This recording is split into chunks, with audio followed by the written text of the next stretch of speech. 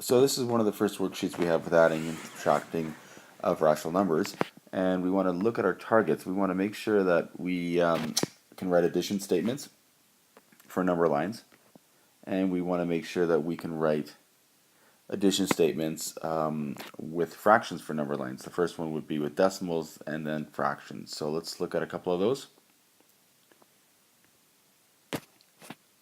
So remember, an addition statement is essentially just two numbers that we're going to add together.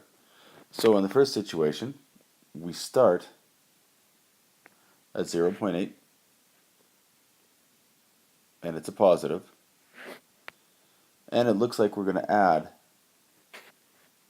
positive 1.5, and we get an answer of positive 2.3. So that's what an addition statement is. Now when you look at a question like C, I'm going to erase this here. We start at 0.8, and it's a negative. I'm going to put some brackets in. We're going to add to it a negative 1.5 to get an answer of negative 2.3. Now again, it is an addition statement. Okay, so I'm just going to erase all that. When we look at addition statements with fractions, it's the exact same thing.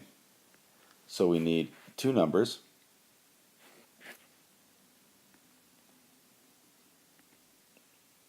that when we add them together, we get our answer. So we'll pick one randomly. We start at negative 5/4.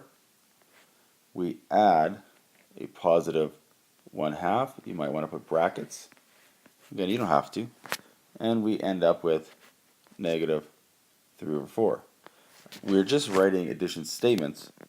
We're not trying to figure it out. They give us the answer. They always end up giving us the answer. That's starting point, and then there's our answer. So we're just writing the addition statements right now. And now we'll go to the next slide. And on this side here, we once again want to look at our targets. So our targets are, do you have the ability to add integers? Do you have the ability to add fractions with common denominators? And do you have the ability to add fractions with unlike denominators? So let's take a look at those and we'll review some of the rules.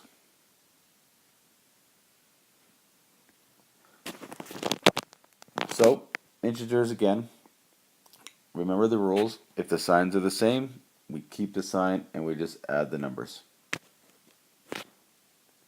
And in this situation here, if the signs are different, we keep the sign of the largest number, which is negative 9, so our answer will be a negative. And we just subtract 9 minus 3, which is 6. So our answer is negative 6. All these questions are the same. So for example, we can look at II, and we look at a sum of two fractions. The signs are different, so we keep the sign of the largest number, which in this situation is going to be a positive number. And now we can just subtract those numerators to get positive 6 over 2, and then you'll reduce that accordingly. Okay, so I'm just going to erase that. And now let's look at number 11. Now the challenge with number 11 again is you're mixing positive and negative numbers with fractions. Same rules apply. So let's just randomly pick one. We'll pick B. First of all, we need to know we need common denominators.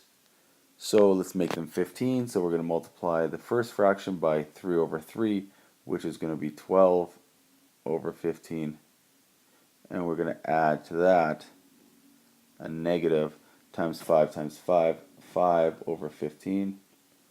Now the rule says that if the signs are different and we're adding, we keep the sign of the largest number, so our answer will be a positive, and we can subtract the tops to get 7 over 15, and that's our answer. You'll do that with all of these using your integer rules and your fraction rules. A couple key things: always convert mixed numbers into improper fractions. always have common denominators, and then use your rules of integers. If the signs are the same, keep the sign, add the numbers. If the signs are different, keep the sign of the largest number and subtract.